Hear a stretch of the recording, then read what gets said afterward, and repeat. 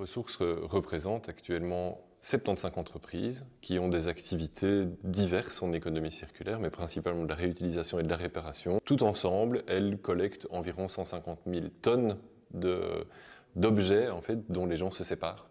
Et elles arrivent à en remettre une partie de ces objets, elles arrivent à les remettre en service, donc via la vente, via des boutiques ou via des dons à d'autres associations. On a un beau paquet d'activités qui sont liées à la réparation de vélos. Et donc, dans ce secteur-là, on se sentait un petit peu seul parce que c'est un secteur difficile, la rentabilité n'est pas au rendez-vous. Il y a beaucoup d'enjeux liés à la gestion des déchets et la réutilisation, réemploi des vélos.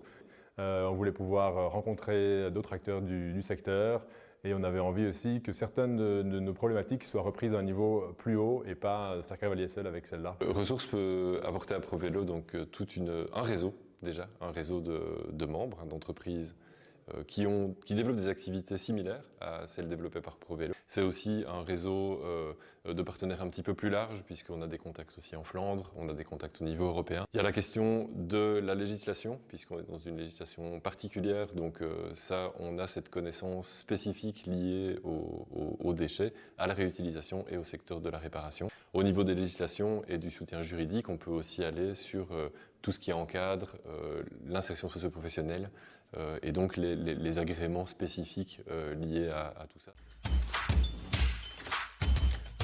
Avec Ressources, récemment, on a collaboré dans le cadre du plan Wallonie cyclable parce qu'en Wallonie, il manque d'ateliers et donc on voulait travailler la structuration du soutien à ces ateliers pour qu'il y ait plus d'ateliers professionnels, mais plus de lieux aussi, de lieux de réparation pour que toute personne habitant en Wallonie puisse trouver à réparer son vélo facilement. Lié à ce chantier, évidemment, il y a l'axe formation mécanicien vélo qui est très important. Donc actuellement, on sait que les filières de formation de mécaniciens vélo sont trop peu nombreuses et finalement, elles sont excluantes pour un certain public. Et donc là, on a un gros travail qui est en cours.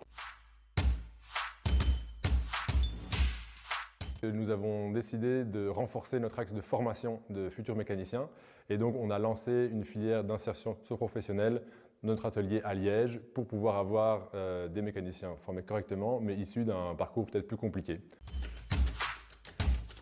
On veut développer la mobilité douce, on veut remettre tout le monde en selle.